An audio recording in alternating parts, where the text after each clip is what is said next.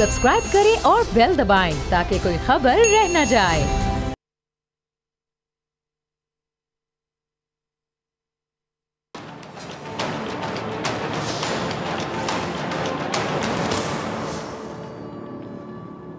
अस्सलाम वालेकुम नाजरीन, मैं हूं डॉक्टर फ़िज़ा अकबर खान और मैं हूं पाकिस्तान और आप देख रहे हैं पाकिस्तान के सबसे बड़े न्यूज़ चैनल का नंबर 1 प्रोग्राम ऐसे नहीं चलेगा। नाज़र, आपने सुना होगा कि कुछ लोग अपने साथ किसी भी चीज़ को एफिलिएट करके अपनी कामयाबी करार देना शुरू कर देते। जैसा कि कुछ लोग तावीज़ को अपने लिए लकी समझते हैं कि तावीज़ पहन लेंगे तो पता नहीं ना कोई बीमारी होगी, ना कोई परेशानी होगी, ना कोई आफत आएगी, वो खुद को महफूज समझते हैं। सोच की बात। अच्छा, मुख्तलिफ लोग मुख्तलिफ अशिया को अपनी कामयाबी की समझने की कुंजी करार देना शुरू कर देते हैं। ठीक इसी तरह कुछ लोगों के लिए नंबर 5 लकी होता है, किसी के नज़दीक नंबर 6 बहुत लकी होता है और नंबरों में नंबर 7 को भी बहुत लकी तस्वुर किया जाता है। लेकिन बैड लक कह लें कि ये 7 का हिंसा सियासत में कभी अच्छा साबित नहीं हुआ। इस 7 के हिंसे ने कभी हुकूमत को तिगनी का नाच नचाया और अब अपोजिशन को भी 7 नंबर ने आप कहने के डुबो दिया। अच्छा, विफाकी सीट पर होने वाले जो सेनेट इंतखाबात हैं उनमें भी 7 वोट मुस्तरद हुए, 7, जो हुकूमती उम्मीदवार हफीज़ शेख की शिकस्त का सबब बने। और अब आज ज़रा गौर कीजिएगा कि आज चेयरमैन सेनेट के इंतखाब में यही 7 नंबर अपोजिशन पर कहर बनकर टूट गया। 7 यानी 7 वोट मुस्तरद होने की वजह से गिलानी साहब को शिकस्त का मुंह देखना पड़ा। अब इसको इत्तेफाक कह लें। इत्तेफाक देखिए कि सेनेट इंतखाबात में हुकूमत के भी 7 वोट मुस्तरद हुए और अब चेयरमैन सेनेट के इंतखाब में भी अपोजिशन के 7 वोट मुस्तरद हुए। ये 7 क्यों, ज़रा गौर कीजिए। और इसकी वजह से क्या हुआ, यूसुफ रज़ा गिलानी साहब चेयरमैन सेनेट नहीं बन पाए। अब कहते हैं ना कि तारीख होती है ना वो खुद को दोहराती है, लेकिन यहाँ तो 7 के हिंसे ने अपने आप को बार बार दोहराया। अब जो 7 का डिजिट है सादिक सिंजरानी साहब के लिए लकी साबित हो गया और इस नंबर ने उनका खूब साथ भी दिया। और वहीं पर ये जो 7 नंबर है इसने गिलानी साहब का साथ छोड़ दिया, यानी किसी के लिए लकी और किसी के लिए कहर साबित हुआ। अब हुकूमत के उम्मीदवार सादिक सिंजरानी एक बार फिर 3 साल के लिए चेयरमैन सेनेट मुंतखब हो गए हैं। इस इंतखाब से पहले हुकूमत बहुत ज़्यादा आप देख रहे होंगे कि कॉन्फिडेंट थी, बहुत पुरएतमाद थी कि वो ज़रूर जीतेगी और हुआ भी ऐसे जैसे कि दावे किए जा रहे थे। उस्मान डार और नून लीग के मोहम्मद ज़ुबैर कल एक प्रोग्राम के पैनलिस्ट थे। उस्मान डार बहुत ज़्यादा पुरजोश होकर एंकर को कह रहे थे कि आप मोहम्मद ज़ुबैर की बॉडी लैंग्वेज देखें, उन्होंने अभी से हार तस्लीम कर ली है। और कल मुस्लिम लीग नून ने इंतखाब से पहले ही, आपको याद होगा, इदारों पर तनकीद शुरू कर दी थी। और इदारों पर तनकीद मुस्लिम लीग नून कब करती है, जब बिल्कुल यहाँ से कंफ्यूज हो जाती है, जब उनको कुछ समझ नहीं ना आ रही होती, तो उनके पास एक ही हरबा होता है कि इदारों पर तुम 2 तेज़ नश्तर बसाने शुरू कर दिए थे तनकीद के। तो कल भी यही हुआ कि इदारों पर मुदाखलत का शोर मचाया गया, इल्ज़ाम लगाया गया कि इदारे मुदाखलत करते हैं, करेंगे, जिस बात का सबूत लग रहा था कि अपोजिशन इस मार्के से पहले हथियार डाल चुकी है। क्योंकि आपको पता है कि नून लीग खासतौर पर जब शोर मचाती है तो वो इसीलिए शोर मचाती है कि उनको अपनी हार नज़र आ रही होती है। अब अवाम भी समझ चुकी हैं कि नून लीग आखिर करती क्या है और कब कब क्या क्या करती है और क्यों क्यों करती है। लेकिन आज चेयरमैन सेनेट के इंतखाब में गिलानी साहब की शिकस्त के बाद मुस्लिम लीग नून फिर धांधली, वोट को इज्जत दो की वही पुरानी बातें करती नजर आई है। पीपल्स पार्टी का गिलानी की हार के बाद जो मौक़िफ़ सामने आया, राजा परवेज़ अशरफ साहब क्या कहते हैं कि पीटीएम के मुश्तरका उम्मीदवार यूसुफ रज़ा गिलानी अक्सरियत होने के बावजूद हार गए हैं, जो कि बहुत ज़्यादा बदकिस्मती है। अब यही नहीं, पीपल्स पार्टी ने मामला अदालत में भी लेकर जाने का ऐलान किया है। यूसुफ रज़ा गिलानी साहब को 42 वोट मिले, सादिक सिंजरानी को 48 वोट मिले और यूँ 6 वोटों से मुकाबला हुकूमती उम्मीदवार के नाम रहा। अच्छा, अगर अपोजिशन के 7 वोट मुस्तरद ना होते तो गिलानी बासानी मुकाबला जीत जाते। यानी देखा जाए तो अपोजिशन का कोई वोट इधर से उधर नहीं हुआ, लेकिन मुस्तरद वोटों ने एक बार फिर इंतखाबी अमल पर कह लें कि सवालिया निशान ज़रूर लगा दिए। और ये वोट जानबूझकर भी मुस्तरद हो सकते हैं, हो सकता है, क्योंकि दूसरी जानिब डेप्यूटी चेयरमैन सेनेट के इलेक्शन मिर्ज़ा अफरीदी को 54 वोट पड़े, उनके मुकाबले में जो अब्दुल गफूर हैदरी साहब उनको 44 वोट। अच्छा, जो बकौल अपोजिशन अगर समझा जाए तो यहाँ भी अरकान ने ज़मीर के मुताबिक वोट दिया। ज़मीर के मुताबिक दिया जाता है ना वोट, आपको पता ही है, शायद ज़मीर के मुताबिक दिया हो। अच्छा, यूसुफ रज़ा गिलानी साहब के नाम के ऊपर जो मोहर लगाई गई, इस वजह से वोट रिजेक्ट हुए, जबकि मोहर जो है वो उम्मीदवार के नाम के सामने लगाए जाने का तरीका बताया गया। अच्छा, मैं हैरान हूँ कि तरीका उर्दू में भी बताया गया, अंग्रेज़ी में भी बताया गया, बार बार बताया गया, फिर भी पता नहीं इनको कोई तीसरी ज़बान समझ आती थी, जिनके वोट मुस्तरद हुए हैं, ज़ाया हुए हैं, जिनको तरीका ही नहीं समझ आया। उर्दू और अंग्रेज़ी के अलावा किसी और ज़बान का भी इस्तेमाल करना चाहिए था। मतलब तरीका क्या इतना मुश्किल था कि आपको समझ ही नहीं आया। अब इसके बावजूद गिलानी साहब के नाम के ऊपर मोहर लगाना समझ से बाला था। ज़रा गौर कीजिएगा इस बात पे। अब दूसरी जानिब पोलिंग बूथ में कैमरे लग जाने का शोर मचा। अब ये पता नहीं किसके जहन में इस तरह का एक वंडरफुल आइडिया है कि कैमरे लगाए जाएं। कौन है ऐसा शख्स जिसने ये इस आइडिया का इस्तेमाल किया? इस मामले पर भी अपोजिशन हुकूमत एक दूसरे पर इल्ज़ाम लगाती रही है। कैमरे कौन लाया, कहाँ से लाया, किसने नस्ब किए, कब किए, किस वक्त आके किए, ये एक बड़े अब इसकी भी तहकीकात होनी चाहिए। लेकिन दूसरी तरफ ये बात भी बहुत अहम है कि ये कैमरे हटकर जो अपोजिशन इस बड़े इंतखाब में, कैमरे से हटकर हम बात करें, इस बड़े इंतखाब में जो अपोजिशन है वो बुरी तरह से नाकाम हो गई है। अपोजिशन अब इल्ज़ामात के बल पर वो कहते हैं ना फेस सेविंग करना, फेस सेविंग करती हुई दिखाई दे रही है। अरस्तु पाकिस्तान, नेशनल अरस्तु पाकिस्तान में कहती हूँ एहसन इकबाल साहब को, क्योंकि दिमाग इनका बहुत ज़्यादा है, ऐसे ऐसे आइडियाज़ हैं, इतने इंटेलिजेंट हैं, ये समझ रहे हैं ना आप। ज़रा देखिएगा अरस्तु साहब क्या फरमा रहे हैं। अच्छा सुनिए नाज़रीन, मुस्लिम लीग नून कह रही है कि हुकूमत ने दिन दिहाड़े इलेक्शन चोरी करने की कोशिश की है। जब इनसे पूछा गया कि हुकूमत अपोजिशन पर इल्ज़ाम लगा रही है कि इसने खुद कैमरे लगाए तो अरस्तु पाकिस्तान, नेशनल अरस्तु पाकिस्तान, इनका दिमाग इतना चलता है कि हम जैसे लोगों को कहाँ समझ आएगी इनकी कि क्या ये बात कर रहे हैं। वक्री दलीलें दे रहे हैं, वक्रे आर्गूमेंट्स दे रहे हैं। क्या कह रहे हैं कि जी अगर देखा जाए नाज़रीन तो ये इन कैमरों को लेकर सवाल अपोजिशन हुकूमत दोनों पर उठते हैं।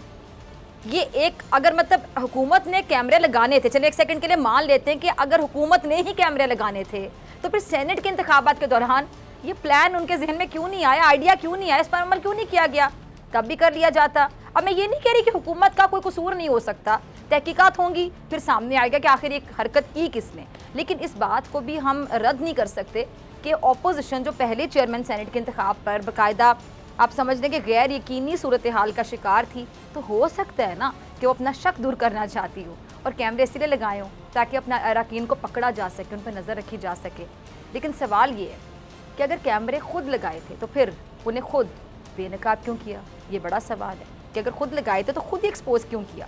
कि ऐसा करके अपोजिशन हुकूमत का इमेज ख़राब करना चाहती थी कि लगा खुद दिए फिर एक्सपोज करके हुकूमत पे फेंक दिया कि इन्होंने लगाए हैं? या फिर सेनेट इलेक्शन को ये लोग कह लें कि मुतनाज़े बनाना चाहते थे? मुतनाज़े बनाने में तो एक्सपर्ट हैं ये लोग, PhD की हुई इन्होंने किसी भी सिचुएशन को मुतनाज़े बनाने में। अब एक बात ये है कि हुकूमत ओपन बैलेट बार बार चाहती थी कि ओपन बैलेटिंग से हो, ये जो इलेक्शन है ओपन बैलेट करती रही हुकूमत, लेकिन अपोजिशन नहीं मानी। अगर अपोजिशन मान जाती तो फिर यकीन जानिए ये कैमरे लगाने की ज़रूरत ही पेश ना आती, कैमरे फिर लगाने ना पड़ते जिसने भी लगाए। अब अपोजिशन चेयरमैन और डेप्यूटी चेयरमैन का इंतखाब तो हार गई है, तो ऐसे में अब धांधली का शोर तो मचाना ही था। लेकिन अगर जीत जाते ना तो यकीन जानिए ये बहुत ही मेरिट पे जीतते और ये तारीख के इंतहाई शफाफ तरीन रिजल्ट्स होते, नताइज होते, चूँकि ये जीत जाते। लेकिन चूँकि इनके मुखालिफ जीत गए और ये हार गए तो अब ये शदीद धांधली हुई है। ये है अगर आप एक जुमले में बयान करें इनकी सियासी सोच, सियासी तजियाकारी शिकस्त की वजह आपको पता है। अपोजिशन जो जमातें हैं उनके दरमियान जो मौजूद अभी एक बदएतमादी है कि कोई एतमाद नहीं कर रहा एक दूसरे पर, इसको करार दे रही हैं। अब आज तलाल चौधरी के मुतालिक पूछे गए सवाल पर बिलावल का जवाब गो के मजाक में था, लेकिन उसी की तरफ इशारा था कि हम तंजीम साजी नहीं जिद्दोजहद कर रहे थे। सेनेट में जो आज जो कुछ हुआ इसके बारे में कहा यह भी जा रहा है कि पीपल्स पार्टी और नून लीग ने एक दूसरे को नीचा दिखाने के लिए ये पूरी गेम ऑन की, क्योंकि पीपल्स पार्टी का उम्मीदवार जीता या फिर JUI का, नून लीग को इसमें कुछ मिलना था। नून लीग का तो नहीं होना था ना, नून लीग को तो कुछ भी नहीं मिलना था, शायद इसीलिए ऐसा किया गया हो। अब सच क्या है झूठ क्या है इसका फैसला करना यकीनन बहुत मुश्किल है। लेकिन अब्दुल गफूर हैदरी साहब के मुकाबले में हुकूमती उम्मीदवार को 54 वोट मिले, 54। इस बात की आप समझ लें कि दलील के तौर पे पेश किया जा रहा है कि आपको याद होगा कि पहले यही अपोजिशन सेनेट इंतखाब में हुकूमती अरकान के वोट मुस्तरद होने पर क्या कहती थी कि हुकूमत के अरकान नाअहल हैं, जिन्हें वोट कास्ट करना भी नहीं आता, ये हुकूमत किस मुँह से कर रहे हैं। और उस वक्त राना सनाउल्लाह साहब बाकायदा वोट कास्ट करने की ट्रेनिंग देते थे। राना साहब तो पता नहीं क्या क्या कुछ कर लेते हैं। अच्छा अब राना साहब कहाँ रह गए थे? PDM के अरकान आपकी दी हुई ट्रेनिंग जो है वो भूल क्यों गए थे? अब दोबारा मेरे ख्याल से उनको ट्रेनिंग दे देते और यूँ आपके जो साहब मेरे ख्याल से वो मुस्तरद ना होते अगर आप ट्रेनिंग दे देते। लेकिन वो क्या कहते हैं कि अब जब वक्त गुजर गया तो फिर पछताने का क्या फ़ायदा है। अब ऑपोजिशन सिर्फ शिबली फराज के जो हर हरबे इस्तेमाल करने वाला बयान है ना, उससे पकड़कर वावेला मचा रही है। क्लिप होगा, जरा चलाइएगा जी। आपने देखा शिबली फराज की जो बॉडी लैंग्वेज है उससे साफ साफ क्या लग रहा है कि वो जीत के लिए ही आए थे और जीत कर ही जाएंगे। और हुआ भी ऐसे कि आए थे जीत के लिए, जीत का दावा करके और जीत के चले गए। और उन्होंने कैमरे लगाने का जिम्मेदार ऑपोजिशन को करार दे दिया। अच्छा, शिबली फराज ने हर हरबा इस्तेमाल करने वाली बात जो की, लेकिन इलेक्शन में हर हरबा इस्तेमाल करने की ज़रूरत ही नहीं पड़ी क्योंकि ऑपोजिशन के 7 वोट मुस्तरद हो गए। और यूँ आप कह लें कि जो जीत का बॉल है ना, वो सादिक संजरानी की कोर्ट में खुद ही चला गया। अब खुद ही चला गया होगा। अब इस इलेक्शन को हुकूमत और ऑपोजिशन ने अपनी ज़िंदगी और मौत का आप समझने के मसला बना लिया, जैसे किसी की ज़िंदगी मौत, वो वाली सिचुएशन इस टाइम पे। हुकूमत तो जीत गई लेकिन ऑपोजिशन हार गई। जैसे कि मैंने अपने इंट्रो में अभी आपको क्या बताया था कि ऑपोजिशन ने चेयरमैन सेनेट के इंतखाबात के नताइज को अदालत में चैलेंज करने का बाकायदा फैसला किया। लेकिन अहम सवाल यहाँ पे क्या है, वो ये है कि ये मामला अदालत में चैलेंज भी हो सकता है या फिर नहीं, हो भी सकता है या फिर नहीं। अब इस पर कुछ कानूनी माहिरीन के मुताबिक इस नतीजे को अदालत में चैलेंज किया ही नहीं जा सकता क्योंकि ऐवान में होने वाली किसी भी कार्रवाई को किसी भी अदालत में चैलेंज नहीं किया जा सकता। जबकि इसकी मुखालफत में आप समझने की जो राय पाई जाती है वो ये कि बेशक ऐवान की किसी भी कार्रवाई को चैलेंज नहीं किया जा सकता, लेकिन ये कार्रवाई नहीं है, ये कार्रवाई है ही नहीं, बल्कि इलेक्शन का रिजल्ट है, नतीजा, लिहाजा इसको अदालत में चैलेंज किया जा सकता है। और वैसे भी जो मुस्तरद वोट हैं, इससे ज़्यादा बात अहम है मेरे ख्याल से कि PDM की सफ़ों में वो कौन है जिन्होंने अपने ही डेप्यूटी चेयरमैन सेनेट के उम्मीदवार को हरा दिया। फयाजुल हसन चौहान का क्लिप होगा, ज़रा सुनिए, काफ़ी कुछ क्लियर हो जाएगा, बहुत कुछ वाज़ेह हो जाएगा। समझे कि बात शीशे की तरह साफ है कि मुस्लिम लीग नून की ये पूरी कोशिश रही कि पीपल्स पार्टी को मजबूर करे कि वो रियासत मुखालिफ बयानिए में उनका किसी तरह से साथ दे। लेकिन हुआ क्या, पीपल्स पार्टी ने मुस्लिम लीग नून के उस बयानिए का बिल्कुल भी साथ नहीं दिया। उन्होंने कहा कोई चक्कर नहीं है, हम नहीं आ रहे आपके हाथ, हम कंधा नहीं देंगे इस्तेमाल होने के लिए। पीपल्स पार्टी ने मुफाहमत के दामन को नहीं छोड़ा, उसने इदारों पर चढ़ाई नहीं की। अब मुस्लिम लीग नून ने बड़ी कोशिश की कि वो पीपल्स पार्टी को रियासत मुखालिफ ज़बान इस्तेमाल करने पर किसी तरह मना ले, लेकिन ऐसा हुआ नहीं। अच्छा, बिलावल ने पार्लियामेंट में हुकूमत के खिलाफ जंग लड़ने का ऐलान किया और फिर ना चाहते हुए भी मुस्लिम लीग नून को पीपल्स पार्टी की हर बात मानना पड़ी। लेकिन जाहिर सी बात है, नून लीग की पार्टी की आदत को जो हम कह लेंगे ना सुनने की तो आदत ही नहीं है ना, आपको पता है वहाँ पे तो जी हुजूरी चलती है, ना तो सुन ही नहीं सकते वो लोग। और नून लीग को कैसे अच्छा लगेगा, अच्छा तो नहीं लगेगा कि पीपल्स पार्टी अपनी हर बात मना रही है और उनकी एक भी नहीं सुन रही। और बिलावल का मुस्लिम लीग नून के कायद से एस्टैब्लिशमेंट पे लगाए गए इल्ज़ाम का सबूत मांगने के बाद जो उन्होंने कहा सबूत दें, तो ये बिल्कुल भी बिलावल नून लीग के कायद को अच्छे नहीं लगते होंगे। ये बिल्कुल अंडरस्टूड सी बात है, तमाम लोग नवाज शरीफ की फितरत को भी जानते हैं। तो अब जैसा कि फयाजुल हसन चौहान साहब क्या कह रहे हैं कि नून लीग ने चेयरमैन सेनेट जो इंतखाबात में पीपल्स पार्टी से हाथ करते हुए कहते हैं कि वोट मुस्तरद करने वाला खेल खेला और फिर पीपल्स पार्टी ने नून लीग के हाथ कर जाने के बाद बदला लेते हुए डेप्यूटी चेयरमैन के इंतखाब में तहरीक इंसाफ के उम्मीदवार को वोट देकर जितवा दिया। अब इस बात में सदाकत है या नहीं है, इसकी तस्दीक तो चौहान साहब भी कर सकते हैं, लेकिन होने को यहाँ पे कुछ भी हो सकता है। और तलाल चौधरी साहब जिन्होंने एक ट्वीट किया, और ये ट्वीट ज़रा चलाइएगा स्क्रीन पर ताकि नाजरीन देख लें जिनकी नज़रों से ये ट्वीट नहीं गुजरा। इस ट्वीट में वो बिलावल ज़रदारी से मुखातिब हैं। उनको क्या कह रहे हैं कि बिलावल साहब आपको न्यूट्रल का मज़ा आया, अब आप हिसाब लगाएं कि इनको कितना गुस्सा है कि पीपल्स पार्टी की इस्टेब्लिशमेंट क्यों नहीं होती इनके साथ मिलके। अच्छा, बिलावल सादिक संजरानी के बारे में भी कुछ फरमा रहे हैं। बिलावल का क्लिप होगा, टीम ज़रा चलाइएगा, देखिएगा। माजी में सादिक संजरानी की जीत के लिए मैं ज़रा याद करवा दूं कि इसी पीपल्स पार्टी ने अहम किरदार अदा किया और आज उनकी जीत को लेकर सोशल मीडिया पर जहां बहुत कुछ आप देख रहे होंगे, आपकी नज़रों से गुजरा हुआ गर्दिश कर रहा है, वहीं पे बिलावल की सादिक संजरानी को मिठाई खिलाने की तस्वीर भी बहुत वायरल हुई है। अब ये आसिफ अली जरदारी साहब की आप सियासी तजर्बाकारी कह लें, जिसने सादिक संजरानी को चेयरमैन सेनेट की सीट पर कामयाबी दिलाई थी। लेकिन वो क्या कहते हैं कि सियासी जो मोहब्बतें होती हैं ना, सियासी मोहब्बतें वो ज़्यादा देर नहीं चलती हैं, कायम नहीं रहती। और ऐसा ही इस कहानी में भी हुआ, इस लव स्टोरी में भी हुआ, और ये मोहब्बत भी जल्दी नाकाम होगी, ख़त्म हो गई। और इसी का नतीजा कि आज वही सादिक संजरानी साहब पीपल्स पार्टी के हलीफ नहीं, हरीफ बनकर सामने आए। वो पीपल्स पार्टी के नहीं बल्कि हुकूमत और उसकी इत्तेहादी जमातों के मुश्तरका उम्मीदवार थे, और उन्होंने माजी के अपने सियासी मेहरबानों के खिलाफ ना सिर्फ चेयरमैन सेनेट का इलेक्शन लड़ा बल्कि उसमें कामयाबी भी हासिल कर ली, इनको हरा दिया। इसीलिए बिलावल माजी के गिले शिकवे कर रहे हैं, कर सकते हैं, बनते हैं ऐसी सिचुएशन में गिले शिकवे, चलें गिले शिकवे तो कर ही सकते हैं। अच्छा, बिलावल क्या कहते हैं कि सादिक संजरानी पर एतबार नहीं किया जा सकता, बल्कि क्या कहते हैं, उन्हें तो इस्तीफ़ा दे देना चाहिए। अच्छा, बिलावल का मुतालबा अपनी जगह, सिरदानी साहब ने इस्तीफ़ा तो नहीं दिया, बल्कि पीके जो मजबूत तरीन उम्मीदवार थे यूसुफ रज़ा गिलानी साहब, उन्हें हरा कर इस्तीफ़े की बजाय सरप्राइज़ दे दिया। सादिक सिंजरानी जैसे माजी में जीते थे, इस बार भी उन्हें अपनी जीत का पूरा यकीन था, बड़ा कॉन्फिडेंस था। और ये इलेक्शन से पहले का उनका ज़रा क्लिप देखिएगा और ज़रा कॉन्फिडेंस चेक करें इनका, तो आप देख लें कि इलेक्शन से पहले अपनी जीत के लिए कितने ज़्यादा ये पुरुमीद थे। और जो हुकूमती टीम है उनको भी इस जीत का बड़ा ही यकीन था। फैसल वादा का क्लिप होगा, ज़रा चलाइएगा। फैसल वादा सबको ना वैसे अपने काम पे इतना एतबार नहीं होगा, उससे बहुत ज़्यादा एतबार इन्हें संजरानी साहब के जीतने का था।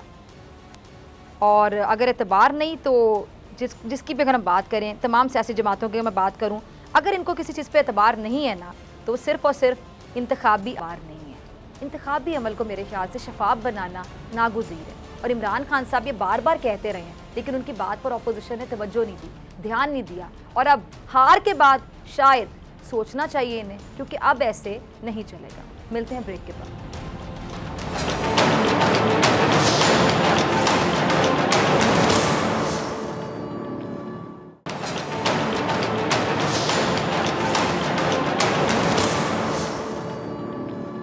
वेलकम बैक नाज़रीन। आज बड़े मुकाबले का बड़ा नतीजा भी आ गया है, जिसका अगर मैं कहूँ कि सबको बेसब्री से इंतजार था तो गलत नहीं होगा। हुकूमत ने अपोजिशन के इत्तेहाद पीडीएम को सेनेट में चेयरमैन और डिप्टी चेयरमैन दोनों नशिस्तों पर शिकस्त देकर अगर मैं कहूँ कि बड़ी कामयाबी अपने नाम कर ली तो बिल्कुल गलत नहीं होगा। अच्छा, हुकूमती उम्मीदवार सादिक संजरानी पीडीएम के मुश्तरका उम्मीदवार यूसुफ रज़ा गिलानी को शिकस्त देकर दोबारा चेयरमैन सेनेट मुंतखब हो गए हैं। और नायब चेयरमैन के इलेक्शन में मिर्ज़ा मोहम्मद आफरीदी ने मौलाना अब्दुल गफूर हैदरी को हरा दिया। सादिक संजरानी साहब ने 48 और यूसुफ रज़ा गिलानी साहब ने 42 वोट हासिल किए हैं, जबकि 8 वोट मुस्तरद हो गए, जिनमें से 7 वोट गिलानी साहब के थे। अच्छा, मिर्ज़ा मोहम्मद आफरीदी ने 54 और अब्दुल गफूर हैदरी साहब ने 44 वोट हासिल किए, 44। अब ये जो अपोजिशन है उन्होंने यूसुफ रज़ा गिलानी के वोट मुस्तरद होने को चैलेंज भी कर दिया है। और आपने सुना होगा, अब तब से सुन ही रहे होंगे टीवी पे कि बार बार शोर शराबा किया जा रहा है। और पीपीपी के जो फारूक एच नाइक साहब हैं, उन्होंने तो आइन की किताब खोल ली, वो आइन की किताब ले और प्रिजाइडिंग ऑफिसर से उन्होंने कहा कि आप आइन की खिलाफ वर्जी कर रहे हैं। आइन में लिखा है कि वोट उम्मीदवार के खाने में लगाया जाए, लेकिन कहीं नहीं लिखा कि सामने ही लगाया जाए। अच्छा, हुकूमत के मोहसिन अजीज़ साहब ने कहा कि आइन वाज़े तौर पर ये लिखता है, कहता है कि जी मोहर उम्मीदवार के खाने के सामने ही लगाई जाएगी। इस पे बात करने के लिए मेरे साथ मौजूद हैं बहुत जो एनालिस्ट हैं, एंकर पर्सन है अमीर अब्बास साहब, बहुत शुक्रिया में ज्वाइन करने के लिए। और कामरान मुर्तज़ा साहब, किसी की तारीफ के मोहताज नहीं। कामरान साहब, बहुत शुक्रिया आपका भी ज्वाइन करने के लिए। कामरान साहब, पहले मैं आपकी तरफ आना चाहूँगी। यूसुफ रज़ा गिलानी साहब की जो वोट मुस्तरद होने की बात हुई है, वो कह रही थी वोट मुस्तरद हो गए हैं और ये जानबूझ के किया गया है, प्रिजाइडिंग ऑफिसर ने हमारे खिलाफ साजिश की, ऐसा बयान भी मैं सुन रही थी।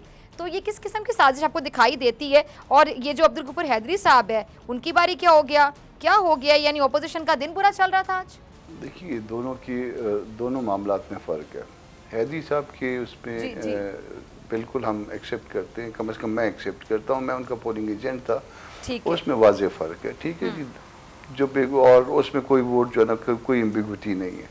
अच्छा, गिलानी साहब का भी एक वोट जो है उसकी रिजेक्शन जो है वो दुरुस्त है, बाकी जो 7 वोट जो है, क्योंकि वो दोनों को पड़ा हुआ था, बाकी जो 7 वोट रिजेक्ट हुए हैं वो गलत हुए हैं।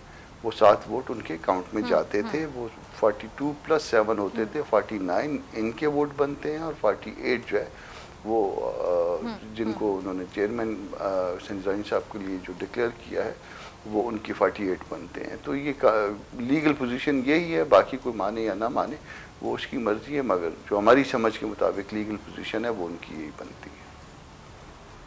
ठीक है जी, यानी आपको भी लगता है कि आपकी समझ के मुताबिक लीगल पोजीशन ये बनती है, तो यानी उनके साथ वाकई आपको लगता है कि किसी किस्म की साजिश की गई है, ये जो वोट ज़ाया हुए हैं ये साजिश के तहत ज़ाया हुए हैं? जिस साजिश तो देखिए, साजिश जो है ना वो बजाते खुद एक क्वेश्चन ऑफ फैक्ट है, उसके लिए जो है ना वो आपके पास एविडेंस होनी चाहिए। मेरे पास इस बात की कोई एविडेंस नहीं है कि उन्होंने साजिश की है या नहीं की है, मगर ये मैं जो है ना जानता हूँ कि वो 7 वोट गलत रिजेक्ट हुए हैं। ठीक है, यानी साथ आप ये भी एग्री करेंगे कि जब तक एविडेंस नहीं होता तो साजिश का इल्ज़ाम लगाना गलत बात है। तो जो साजिश की बात करते हैं, जो कह देते हैं कि साजिश हुई है, इस तरह आप भी सुन रहे होंगे, यानी वो गलत करते हैं आपके मुताबिक? मैं अपने स्टेटमेंट का जिम्मेदार हूँ, मैं अपनी बात का जिम्मेदार हूँ। साजिश के लिए मेरे पास कोई एविडेंस नहीं है। मगर ये मैं जानता हूँ कि 7 वोटों का रिजेक्शन गलत है। ओके, ठीक है, बहुत आपने अच्छी बात की कि एविडेंस के बगैर आप इल्ज़ाम नहीं लगा सकते। अमीर अब्बास, मैं आपकी तरफ आना चाहूँगी। अमीर अब्बास, ये बड़ी अच्छी उन्होंने बात की कि साजिश का इल्ज़ाम मैं तब तक नहीं लगा सकता जब तक एविडेंस मेरे पास ना हो। तो जो लोग साजिश की बात करते हैं, जैसे कि आप भी सुन रहे होंगे कि जी प्रिजाइडिंग ऑफिसर ने शायद साजिश कर दी, उनके बारे में क्या कॉमेंट करेंगे? और हम कह सकते हैं कि अब भी अपोजिशन अरकान ने ज़मीर के मुताबिक वोट दिया? देखिए डॉक्टर साहब, साजिश तो प्रिजाइडिंग ऑफिसर, जारी बात है ये आम पोलिंग स्टेशन या पोलिंग बूथ की तरह का माहौल नहीं होता। ये सेनेट का हॉल है जिसमें सामने 100 लोग बैठे हैं, उसकी लॉबी में दर्जनों लोग बैठे हैं, कैमराज वहाँ पे, ये वाले कैमरे नहीं, ऑलरेडी वहाँ पे कैमराज इंस्टॉल्ड है, PTV का कैमरा वहाँ लगा हुआ है। तो ये ऐसे मुमकिन नहीं होता प्रिजाइडिंग ऑफिसर वहाँ पे कोई धांधली कर सके। एक सीट हुकूमत जो जीती उसमें बड़ा दिलचस्प, आज तो दूसरे भी बड़े कैमरे थे ना अमीर अब्बास? हाँ, आज तो खैर दूसरे भी थे, इन्होंने पता नहीं कहाँ पे लगा दिए उन कैमरों पे भी मैं तबसरा चाहूंगी आपको, कैमरों पे आगे जाके तबसरा करते हैं जी। लेकिन इसके अलावा भी वहाँ पे कैमराज होते हैं और वहाँ कई आंखें होती है देखने वाली, तो प्रिजाइडिंग ऑफिसर जो है वो कर नहीं सकता। अच्छा, मैं चूंकि कामरान मुर्तज़ा साहब is one of very refined lawyers और आप तो माशाल्लाह सेनेट का हिस्सा हैं, JUIFA से, तो ये चीफ जस्टिस, एक चीफ जस्टिस हमारे रहे हैं मोहम्मद हलीम साहब। उनके ज़माने में एक केस हुआ था डॉक्टर शेर अफगन, अब शायद ये डॉक्टर शेर अफगन न्याजी साहब का केस है, जो अमजद न्याजी साहब आजकल PTI के MN, उनके वालिद भी परवेज़ मुशर्रफ साहब के साथ थे। उनका एक केस था 1987 में। उस केस में ये मेरे पास 1987, उस केस के मेरे पास ये 2 पेजेस मौजूद हैं, लेकिन मैं उर्दू इसका तर्जुमा आपके सामने रख देता हूँ, अगर मैं गलत नहीं कर रहा, कामरान साहब करेक्ट कर सकते हैं। इसमें 5 रुकनी बेंच ने फैसला दिया था कि मोहर को, यानी स्टैंप जो है, जिसका आज मसला हुआ, जो 7 वोट रिजेक्ट हुए, मोहर को उसकी मतलूबा मकाम से बाहर लगाने से वोट जाया नहीं होता। अगर यह वाजे हो रहा हो, बशर्ते कि अगर यह वाजे हो रहा हो कि वोटर किसको वोट देना चाहता है, तो ये जो मोहर लगी है आज, वो भले उसके सामने नहीं लगी, नाम के ऊपर लगी है, लेकिन ये वाजे उससे हो रहा है कि वोटर वोट यूसुफ रजा गिलानी साहब को देना चाहता है। तो चीफ जस्टिस पाकिस्तान मोहम्मद हलीम साहब ने प्रिजाइडिंग ऑफिसर का फैसला मुस्तरद कर दिया था। अब इनके सामने बहुत सारी और नज़ीरें होंगी, अब ये चैलेंज करते हैं सुप्रीम कोर्ट में जाके, तो हम देखते हैं क्या होगा। अच्छा, इसमें बड़ा हुकूमत ने बड़ी ज़बरदस्त गेम की है डॉक्टर साहब। आप ये देखें कि हुकूमत के पास थे 48 वोट। हुकूमत अगर 48 से एक भी ऊपर वोट लेती चेयरमैन के इलेक्शन में, तो हुकूमत पर यह धब्बा लगना था कि हुकूमत ने वोट खरीद लिए सीक्रेट बैलेटिंग से फायदा उठाते हुए, जो हुकूमत के अपने मौक़िफ़ के खिलाफ थी बात। लिहाजा हुकूमत ने बड़ा जबरदस्त कमाल का खेल खेला है, और वो ये 47 थे कि उन्होंने अपना वोट ने, हाँ नहीं, वो एक उनके पास ANP का भी मुबैना तौर पे कहा जा रहा था कि जो 2 बलूचिस्तान से ANP के थे, उनमें से एक ने शायद कह दिया था कि हम हुकूमत को वोट देंगे। तो अगर हम 48 भी मान लें, तो हुकूमत ने बड़ा जबरदस्त काम किया कि उसने अपना वोट नहीं बढ़ाया, उसने उनके खराब कर दिए। तो अब हुकूमत का दामन भी साफ है। हाँ। अगर हुकूमत अपना वोट बढ़ा देती, बिल्कुल, तो हुकूमत के दामन पर छींटे पड़ने थे। कि आप तो कहते थे कि वोट खरीदने नहीं चाहिए, आपने वोट खरीद लिए, अब हुकूमत जीत भी गई और हुकूमत का दामन भी साफ है। अब ये देखिए 7 वोट रिजेक्ट हुए, मुस्तरद हुए। आज का दिन वैसा दिन नहीं हो गया ना इमरान खान साहब के लिए मेरे पास, जिस तरह इमरान खान साहब ने वर्ल्ड कप जीता। जुमा है ना आज भी अच्छा खेल लिया। वैसे भी जुमा जो है, आपको पता है वैसे कैसा साबित होता है दूसरों के लिए। जी बिल्कुल। जुम्मा जो है वो हम देख रहे हैं पैनामा के बाद से अब तक, वो इमरान खान साहब के लिए बड़ा मुबारक दिन है और ऑपोजिशन पर बिल्कुल पर बहुत भारी पड़ रहा है। जो दूसरा मामला डिप्टी चेयरमैन का, हाँ देखिए, इसमें डिप्टी चेयरमैन ने जितने वोट लिए उतने वोट वो नहीं ले सकते थे अगर हम नंबर गेम को देखें। तो अगेन यहाँ पर आप हुकूमत फंस गई। आपका मौक़िफ़ तो ये था कि हम वोट नहीं खरीदेंगे। अब ये जो ज़मीर है ना, देखें, मैं डॉक्टर साहबा, वो एक थे जनरल एहतशाम ज़मीर, जिन्होंने उस वक्त ज़मीर खरीदे थे परवेज़ मुशर्रफ के ज़माने में। ये ज़मीर नाम की इस मुल्क में कोई चीज़ नहीं। ये मेरे मुंह पे तो कम से कम पागल नहीं लिखा हुआ, ये स्टूपिड नहीं लिखा हुआ कि ज़मीर इस मुल्क में है। यहां नीचे से ऊपर तक, ऊपर से नीचे कहीं ज़मीर नहीं है। यहां ज़मीर का लेबल है, ठप्पा ज़मीर का है। ज़मीर के पीछे मुनाफ़क़त है, बददियानती है, खयानत है और ज़मीर फरोशी है। या ज़मीर परवरी नहीं है, ज़मीर फरोशी होती है। लिहाजा मैं नहीं मानता कि हुकूमत हो या ऑपोजिशन, दोनों में कहीं ज़मीर मौजूद है। ये खेल है पैसे का। अब तो सीख जाए कम से कम ऑपोजिशन कि सीक्रेट बैलेटिंग अगर इमरान खान को कौमी असम्बली में नुकसान पहुंचा चुकी है तो आज इनको भी सीक्रेट बैलेटिंग ने नुकसान पहुंचाया है। अब तो शर्म कर जाए ऑपोजिशन। कामरान साहब जैसे लोगों का आने का हमें ये तो फायदा होना चाहिए कि ये अब अपनी अपनी अना से एक कदम पीछे हटे और 2024 के इलेक्शन को खुदारा, सेनेट के इलेक्शन को, जनरल इलेक्शन तो 2023 का इन्होंने कुछ नहीं किया, वो तो फिर मुझे भाड़ में जाता हुआ नजर आ रहा है जो इन दोनों की संजीदगी है। कम से कम सेनेट के इलेक्शन के लिए ये दोनों बैठ के अब ये सीक्रेट बैलेटिंग और शो ऑफ हैंड का मसला तो बहुत अच्छी बात, बहुत अच्छी बात। हाँ हाँ, अच्छा कामरान साहब, आप यकीनी तौर पे अमीर अब्बास की बात से अग्री करेंगे कि अब इसका एक परमानेंट सोल्यूशन की तरफ जाना होगा, वरना यही सिलसिला चलता रहेगा और नुकसान दोनों को होगा। अब देखें ना, हुकूमत को नुकसान हुआ पहले, अब आपको भी नुकसान हुआ। अब मुझे ज़रा ये बताइएगा, ये जो कैमरों वाला मामला है कामरान साहब, कह रहे किसने लगवाए? हुकूमत कह रही कैमरे ऑपोजिशन ने खुद लगवाए। अब क्या मकसद होगा, क्या समझ आ रही है आपको इस मामले की? नहीं, मुमकिन नहीं है क्योंकि देखिए गवर्नमेंट की तो एक्सेस हो सकती है, या कल तक जो चेयरमैन थे यही चेयरमैन थे, उनकी भी एक्सेस हो सकती है। सिक्योरिटी पे भी उनका कंट्रोल था। एक आध बंदा उन्होंने अपॉइंट भी एक आध दिन पहले किया है और उसका कोई अपना माजी हाल कुछ इस तरह का है, तो वो ये मुमकिन नहीं है कि अपोजिशन जो है ना इस तरह से कैमरे इंस्टॉल करवाए और फिर उसके बाद आके पकड़ ले। इसको पकड़ना चाहिए था, ज़रा थोड़ा सा जल्दबाजी हो गई, थोड़ा सा पकड़ना टाइम पे चाहिए था और थोड़ा सा उसका तरीक़ाकार जो है ना कुछ और होना चाहिए था, मगर लोग हाइपर हो गए जल्दी में, जो है ना वो सारा कुछ जो है ना उन्होंने बिफोर टाइम एक्सपोज कर दिया। इसको एक्सपोज करने का वक्त कुछ थोड़ा सा तो कामरान साहब, ऑपोजिशन ये कह रही है कि जी इलेक्शन कमीशन और सुप्रीम कोर्ट को नोटिस लेना चाहिए, जो कैमरे लगे हैं ये पोलिंग बूथ पर, तो आपको लगता है कि नोटिस लिया जाएगा सुप्रीम कोर्ट की जानिब से, इलेक्शन कमीशन की जानिब से?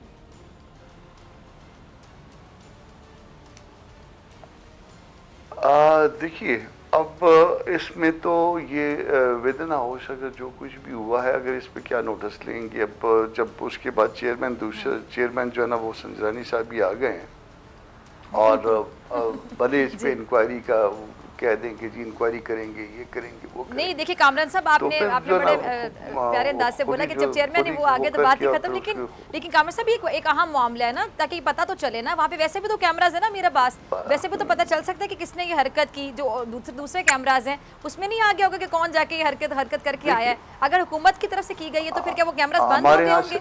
हमारे यहाँ समझाने की कोशिश कीजिएगा।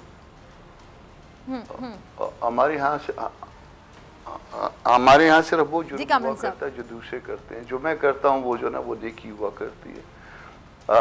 बड़ी प्यारी हम सिर्फ उन जुराइम का जो ना वो इज़हार करते हैं या उनके बारे में बतलाते हैं जो, और अगर अपनी इस्लाह की तरफ हम चले जाएं तो माशरा आपको देख रहे जन्नत ना बन जाए, ये हाल तो ना हमारे माशरे का। अमीर अब्बास दूसरे कैमराज हैं। अच्छा अमीर अब्बास, जब जाके वहाँ पे कोई कैमरा लगाएगा, कैमरा इस तरह लगाए जाएंगे पोलिंग बूथ पर, तो बाकी कैमरास में क्या वो शख्स पकड़ा नहीं जा सकता, या वो कैमरास भी बंद कर दिए गए होंगे हरकत करने से पहले? बड़ी सोची समझी साजिश के साथ की गई होगी, और अपोजिशन क्या ये कर सकती है वाकई, आपको लगता है? इसका जवाब मैं आपसे लूँगी ब्रेक के बाद।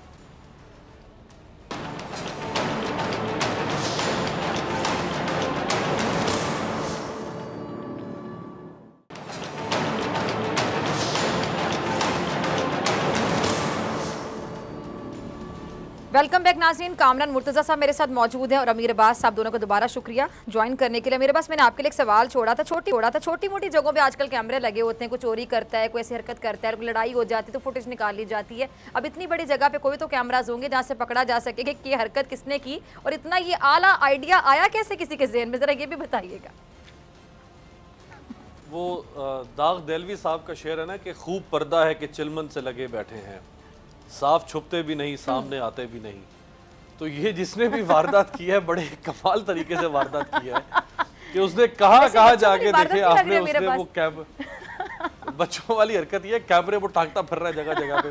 अच्छा कैमरे का किरदार जो है ना, करते थे बचपन में, वो इससे होता है टाइटल नोट पे, वो बच्चे क्या करते थे, बड़े बच्चों को होता था कि वैसे दूसरे के घरों की ना वो बाहर आप वो जो होती हैं बेल्स होती है बजा के भाग जाते थे बच्चे। ये हरकत बहुत से बच्चे करते थे, आपने भी की हो शायद, मैंने भी शायद बचपन में की थी, मैं मान जाती हूँ जवान यार, आपने भी शायद की हो मेरे पास। कामरान साहब आपने भी शायद, ये उस तरह के टाइप की हरकत लगी है मुझे। इतने सीनियर लोग हैं, इतने सीजन लोग हैं वहाँ पे बैठे हुए और मुल्क को चला रहे हैं ये लोग बाकायदा, हमारे मुस्तकबिल इनके हाथों में है, वहाँ पे ये हरकत की जा रही है। देखिए ना, वो हमारे जमाने के बच्चे घंटियां लगा के या घंटियां बजा के, हमारा जिन लोगों के ये आज के जमाने के बच्चे जो है ये कैमरे टांग के भाग जाते हैं। जी जी जी, कामरान साहब कुछ ऐड करना चाह रहे हैं। जी कामरान साहब, मैंने कहा कि अब मुस्तकबिल आपका उन लोगों के हाथ में आ गया ना, हमारा आपका सबका, जो पैसे लेते भी हैं, पैसे देते भी हैं, जो वोट बेचते भी हैं, वो अपने देखिए, ये नाश्ते पे जब लोग थे मौजूद, उनकी तादाद 51 थी। सबको मेरा ख्याल है कोई 10-10 दफ़ा समझाया गया था कि जी वोट किस तरह से कास्ट करना है, तो उसमें वो इसके बावजूद जो है ना, वो 7 वोट जो है ना का मसला अगर फ़र्ज़ कर लें अगर पैदा हो गया, एक ने तो जानबूझ के ज़ाया किया ना, दोनों को वोट दिया, और बाकी 7 लोगों का पता नहीं गलतफहमी है क्या है, मगर बहरहाल फिर भी यहाँ पे इंटेंशन उनकी क्लियर है कि किसको वोट कर रहे हैं, तो उस हिसाब से तो वो जीतते हैं। मगर इसके साथ, मगर जो हैदरी साहब के साथ हुआ है ना, हैदरी साहब का देखिए 7 वोट उनके उसमें से अकाउंट से निकल गए हैं, तो इसका मतलब ये है कि हैदरी साहब के वोट जो है वो किसी और जगह पे गए हैं। तो जब गए हैं तो फिर आप क्या कह सकते हैं, सुबह तक तो वो सारे हमारे साथ थे, इकट्ठे बैठे हुए थे।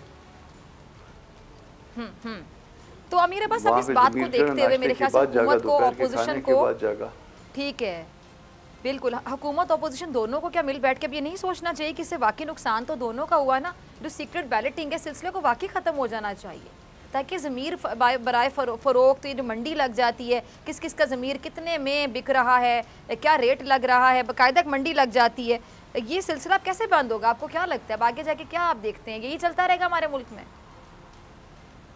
जी बिल्कुल यही चलता रहेगा, और इन दोनों को बताया जा रहा था कि केले के छिलके पे पाँव रखेंगे, फिसलेंगे, टांगे तोड़वाएंगे। इन्होंने कहा नहीं, ऐसा नहीं होता। इन दोनों ने छिलके पे पाँव रखा, दोनों फिसले, दोनों की टांगे टूटी हैं, लेकिन ये दोनों सबक नहीं सीखे उसूली तौर पे। तो अच्छा, एक और चीज मैं आप दोनों से पूछूंगी।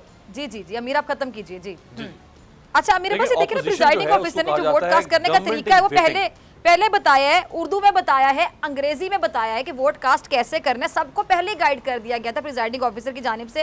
फिर गलती कैसे होगी, कोई तीसरी जुबान का भी इस्तेमाल करना चाहिए था, लाइक उर्दू और अंग्रेजी नहीं समझ आई वहां के लोगों को।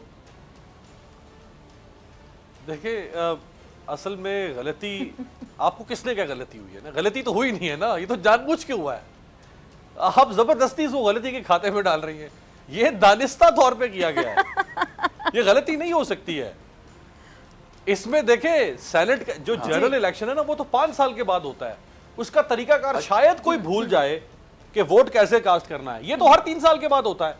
और ये वोट ये आम आदमी वोट कास्ट नहीं करता, ये वोट वो कास्ट करते हैं जो खुद MNAs MPAs हैं, जो खुद सेनेटर, उन्होंने वोट कास्ट करना होता है। आप गिलानी साहब और अब्दुल हफीज शेख साहब के इलेक्शन में देख लें, उसमें भी वोट जाया हुआ 6-7। अच्छा मेरे बस मैं कल भी देख रही थी, कामरा साहब इस पे मैं आपका कमेंट भी चाहूंगी। मेरे बस कल भी मैं प्रोग्राम में बात करी थी, ये जब शिबली फराज साहब ने, आपको याद होगा, दावा किया था कि अब ये हम जीत के दिखाएंगे, बाय हुक और बाय क्रुक किसी भी तरह जीतेंगे, और आपको याद होगा शेख रशीद साहब ने भी बयान दिए थे इस हवाले से। अब एक सवाल है कि ये जो हुकूमत है, PTI है, ये बार बार ये दावा करती रही कि जो सीक्रेट बैलेटिंग है इसका सिलसिला रुकना चाहिए। इन्होंने बहुत कोशिश भी की आपके सामने, लेकिन वो कोशिश रंग नहीं लेकर आ सकी और सीक्रेट बैलेटिंग ही हुई, ओपन बैलेटिंग नहीं, उसका नतीजा आपके सामने है। अब जो हुकूमत बार बार इस मौके पर कायम थी कि ये नहीं होना चाहिए, ये धांधली है, ये धोंस है, ये सिलसिला खत्म हो जाना चाहिए, फिर वो लोग भी वही तरीका अपनाने पर आ गए। यानी उन्होंने भी कहा कि अब घी निकालने के लिए हमें भी अपनी उंगलियां टेढ़ी करनी पड़ेंगी, तो हम कर लेंगे। यानी उंगली सीधी करने वाले, तब्दीली का दावा करने वाले, सिस्टम को ठीक करने वाले, सही करने वाले, वो भी अगर अपनी उंगलियां टेढ़ी करने पर आगे कि घी तो निकालना है ना, तो वो भी उस रंग में रंग जाएंगे, तो हम उम्मीद किससे रखें फिर? देखिए, और वो हुआ, रंग गए, उठ गया तो उठ गया। अब कोई इनका आपकी वाली बात की गलती तो ये थी नहीं। जी जी जी, जिसे कहते हैं ना कि उठ गया तो उठ गया, जब दस्ते कातिल उठ गया। जब एक डंडी मारेगा ना, जब एक अनफेयर प्ले करेगा, देखिए हर गेम के भी, खेल के भी रूल्स ऑफ गेम होते हैं, खेल के भी, खेल तो खेल होता है ना, खेल के भी रूल्स ऑफ गेम होते हैं भाई। ये तो पार्लियामान है, ये तो जमहूरियत है, ये तो मुकद्दस हैवान है, इसका कोई रूल ऑफ गेम नहीं है। इसमें धांस धांधली, बदमाशी, सिक्का राजुल वक्त, क्या इसमें किसका कोई उसूल नहीं है। जब ऑपोजिशन ने अकलियत में होते हुए अक्सरियती पार्टी हुकूमत को हरा के यूसुफ रजा गिलानी को सेनेटर बनवा लिया, तो फिर आप हुकूमत से क्या तवक्को करेंगी कि वो यहां पे जो है मुसल्ले बिछा के और उस पे नफल मांग पढ़ के वो जो है वो सादिक संजरानी को जितवाएगी। उसने भी फिर फाउल प्ले करना है ना, वो भी फिर वही काम करेगी जो ऑपोजिशन ने हुकूमत के साथ किया था। इन्होंने बदला चुका दिया, वो 3 तारीख को उन्होंने किया, इन्होंने उधार नहीं रखा हुकूमत ने। 12 तारीख को ठीक 9 दिन के बाद इन्होंने बाएं हाथ का जवाब दाएं हाथ से दे दिया। अब दोनों को यह एहसास हो जाना चाहिए, बड़ा क्लासिक केस है हमारे लिए, दोनों को इस बात का एहसास हो जाना चाहिए कि यह गलत हुआ है और इस गलत काम को सुप्रीम कोर्ट ऑफ पाकिस्तान कह चुकी है कि भाई आप खुद बैठ के हल करें। ये आइन साजी, कानून साजी, ये आपका काम है करना। ये चीफ इलेक्शन कमिश्नर कह चुके हैं कि ये आपका काम है करना, बैठ के हल करें। मीडिया, अवाम सब कह रहे हैं कि अब आप दोनों को धचका लगाए, अब आप दोनों महज़िब तरीके से बैठ के मसले को हल करें। लेकिन वो तो 26 तारीख को लॉन्ग मार्च के लिए निकल रहे हैं, वो इनके साथ खाक बैठेंगे। अच्छा, लॉन्ग मार्च के बारे और ये उनको आसीने चढ़ा चढ़ाकर आज सारा दिन कहते रहे, इनको आंखें सारे दिन ये गुर्रा रही थी हुकूमत कि छोड़ेंगे इनको नहीं, इनको ये ऐसे के पैसे चोट डाकू लुटेरे। तो ये तो आप भूल जाएं, ये अगले 2-2.5 साल तो भूल जाएं कि ये साथ बैठेंगे। सही सही। अच्छा कामरान साहब, ये अब ये जो अपोजिशन तहरीक अदम एतमाद जो लाना चाहती है कि अभी भी ला सकती है, आगे का क्या लाएअमल होगा? देखिए, तहरीक अदम एतमाद जो है ना, वो मेरा ख्याल है कि वो आज के बाद जो है ना, ये शायद मुझे तो नहीं ऐसा लग रहा कि ये हम कामयाब करा पाएंगे। मुझे नहीं पता कि कायदीन क्या जो है ना वो डिसाइड करते हैं, मगर शायद ये बात अब इम्कानात में नहीं है। जब तक इस्टेब्लिशमेंट आपके साथ ना हो उस वक्त ये मुमकिन ही नहीं मेरा ख्याल कि ये तहरीक अदम एतमाद जो है ना इस तरह की बातें हो सके। ये ताकतवर खिलाड़ी को साथ मिला के जो है ना फिर उस वक्त की बातें होती है, तो वो तो जाहिर है, आप अगर कोई समझदार है तो वो समझ जाए कि उसका वज़न किस तरफ है। अगर नहीं हम समझते तो फिर हमारी मर्जी है। इसमें जो है ना जदोजहद जो है ना मेरा ख्याल है लंबी होगी और इसमें इस लंबी जदोजहद में तकलीफ़ें ज़्यादा आएंगी, ये इतनी आसान बात नहीं होगी। ठीक है, हमेशा की तरह बड़ी मैच्योर बात की आपने कामरान साहब। अमीर अब्बास, आपको कामरान साहब की बात से क्या समझ आया? उन्होंने मेरे ख्याल से सवाल का बड़ा अच्छा जवाब दे दिया। जी, मैं तो पहले कह चुका हूँ कि कामरान साहब जैसे लोगों की ज़रूरत थी पार्लियामान में और सेन वॉइसेस आनी चाहिए। मेरे प्रोग्राम में भी जब तशरीफ लाते हैं कामरान साहब तो वो अमूमन ऑपोजिशन के ऊपर क्रिटिसाइज़ करते रहे हैं जहाँ पे ऑपोजिशन गलत रही है। लेकिन इशू ये आ जाता है कि हमारे यहाँ कुछ इंडिविजुअल्स जो हैं, जैसे कामरान साहब हैं, इसी तरह हर पार्टी में कुछ इंडिविजुअल्स हैं, ये डोमिनेट नहीं करते हैं। डोमिनेट करती है पार्टी लीडरशिप, डोमिनेट करती है सेल्फिशनेस, डोमिनेट करती है आपकी सियासत के अंदर पाए जाने वाली जो गिलासतें हैं वो डोमिनेट करती हैं। Power politics, tug of war dominate करती है, पावर ओरिएंटेड पॉलिटिक्स डोमिनेट। और अक्सर जो, और मैं थोड़ा ऐड करना चाहूंगी मेरे पास, सॉरी मैं बात काट रही हूँ, अक्सर जो पार्टी से जरा हट के राय देते हैं या मेरे ख्याल से पार्टी का बड़ा फायदा हो अगर वो पार्टी वाले उसकी राय सुन लें, उस बंदे को कॉर्नर कर दिया जाता है, उसको टफ टाइम देना शुरू कर दिया जाता है। जैसे कि हर पार्टी में ऐसे लोग मौजूद होंगे जिन्होंने पार्टी को बचाने के लिए, पार्टी के फ़ायदे के लिए अच्छे मशवरे दिए होंगे, ऑन रिकॉर्ड हैं चीज़ें, लेकिन उनके मशवरों की पार्टियों को समझ नहीं आई और पार्टी जब सफ़र कर रही हैं ऐसे लोगों को कॉर्नर कर दिया गया। जी बिल्कुल, आप यही JUI फे कामरान साहब का ताल्लुक है, आप देख लें। काजी हुसैन अहमद साहब, माज़र साहब, हाफिज़ हुसैन अहमद साहब, वो अलहदा हो गए पार्टी से, उनकी किसी ने नहीं सुनी। और वो आखिरी दम तक वो चौधरी निसार साहब की PTI से देख लें, जस्टिस वजीउद्दीन अहमद साहब हैं, तस्नीम नूरानी साहब हैं, बेशुमार लोग तहरीक इंसाफ से। एतजाज हसन साहब अक्सर ऐसी बात करते हैं कि जो मैं अक्सर देखती हूँ कि बाकी पूरी पार्टी में वो बात नहीं होती जो एतजाज हसन साहब कर देते हैं। ऐसे बहुत से नाम हैं जी, तो इसीलिए एतजाज हसन साहब सेनेटर भी तो नहीं बने ना पिछली दफा सेनेटर बने थे 2018 में, क्योंकि हाँ यहाँ जो अपनी राय रखेगा और अपनी राय का एहतराम करवाना चाहेगा वो फिर हाँ सफर करेगा अंग्रेजी वाला। जी, तो ये हमारी अनफॉर्चुनेटली हमारा सियासी मिजाज ये बन चुका हुआ है कि लोग अपनी पार्टी लीडरशिप के सामने शायद अलहदा में कहीं बात करते होंगे, लेकिन पब्लिकली वो उनको कंडेम नहीं कर पाते और ना ही वो उनसे फैसले तब्दील लेकिन कितना बड़ा सवाल है मेरे पास, आपने बहुत बड़ा चैप्टर, आपने बहुत बड़ा चैप्टर खोल दिया है। ये देखिए कि जमहूरियत का नारा लगाने वाले लोग हैं, जमहूरियत के अलमबरदार बने फिरते हैं, चैंपियंस बने फिरते हैं और ये कहते थे हमारी ज़िंदगी जमहूरियत है, हम जमहूर के लिए काम करते हैं। तो जमहूरियत की तो पहली डेफिनेशन ये होनी चाहिए कि वहाँ पे तमाम लोगों को अपनी राय देने का पूरा इख्तियार होना चाहिए। वहाँ पे अगर आप जी हुजूरी करेंगे तो फिर आप जमहूरियत को कैसे समझते हैं?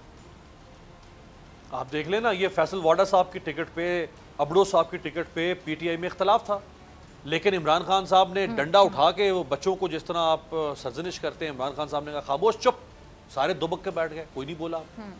आप PMLN में देख लें, एक मरियम नवाज है, वो सिर्फ अपने और अपने वालिद का बयानिया लेकर चल रही हैं, उनको कोई परवाह नहीं कि सब कुछ नीस्तो नाबूद हो जाए, सारी PMLN चुप करके दुबक के बैठ गई है। आप पीपल्स पार्टी में देख लें, बहुत सारे लोग इस वक्त पार्लियामेंट में बैठे हुए पीपल्स पार्टी के, मैं नाम काश मैं अपनी जुबान होंठ सिले हुए न खोल सकता, मैं इस वक्त MNS पीपल्स पार्टी के वो बिलावल साहब और जरदारी साहब की सियासत से इख्तलाफ करते हैं, वो फरियाल तालपुर साहबा की सियासत से इख्तलाफ करते हैं, वो इन पे लगने वाले जो सियासी धब्बे हैं वो उनसे इख्तलाफ करते हैं, लेकिन वो नहीं बोल सकते। पावर पॉलिटिक्स है ना, ये डेमोक्रेसी तो है नहीं पॉलिटिकल पार्टीज के अंदर, उनको पता है कि आज हम बात करेंगे, कुछ ऐड करना चाह रहे थे, आपका लास्ट बाहर मारेंगे। बिल्कुल ऐसे ही काम है। सब कैसे देखते हैं, बड़ी तकलीफ होती होगी, जितने भी मंजे हुए सियासतदान हैं, सीजन पॉलिटिशियंस हैं, उनको ये सब कुछ देख के बड़ी तकलीफ होती होगी, जब जी हुजूरी करनी पड़ती है, अपनी राय का इजहार नहीं कर सकते, इजहार करने पर आपको कॉर्नर कर दिया जाता है, आपको सफ़र करना पड़ता है। नहीं, ऐसा भी बिल्कुल नहीं है, ऐसा भी बिल्कुल नहीं है। पार्टी के अंदर जो ना वो ऐसा होता है कि फिर जो मेजॉरिटी की राय होती है वो फिर पार्टी की राय होती है, या फिर मतलब एक जो ना वो अदारों के अंदर से जो राय बनती है, अदरवाइज जो है ना वो ऐसा नहीं है कि बिल्कुल जो ना आपकी राय को जो ना आउटराइटली जो ना वो रिजेक्ट कर दिया जाए। हाँ, ये बात है कि अगर आपकी राय के बाद अल्टीमेटली एक राय बन जाए और इज्तिमाई राय बन जाए, तो फिर आपको अपनी राय तब्दील करनी पड़ती है, आपको उस लाइन के अंदर आना पड़ता है, क्योंकि वो पार्टी की राय जो है ना, वो मेजॉरिटी की राय जो है वो कुछ और होती है, तो फिर आपको उसी राय को, पार्टी की राय को लेके चलना होता है, और यही मेरा ख्याल जमहूरियत है। सही, ठीक है जी। कामरान मुर्तज़ा साहब और अमीर अब्बास साहब दोनों का बहुत शुक्रिया। और नाज़रीन, जाने से पहले मैं दोबारा चीफ जस्टिस ऑफ पाकिस्तान मुतल्लिका हुकाम से गुजारिश करूंगी कि चेयरमैन पैमरा सलीम बेग साहब, जो कि अपने ओहदे का नाजायज़ इस्तेमाल करते हैं, गलत इस्तेमाल करते हैं, उनको उनके ओहदे से फौरी हटाया जाए, किसी अहल शख्स को मेरिट की बुनियाद पर उस कुर्सी पर, उस ओहदे पर बिठाया जाए।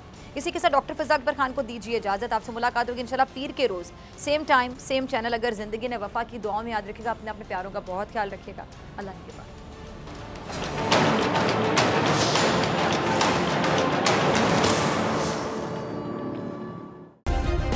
सब्सक्राइब करें और बेल दबाएं ताकि कोई खबर रह न जाए।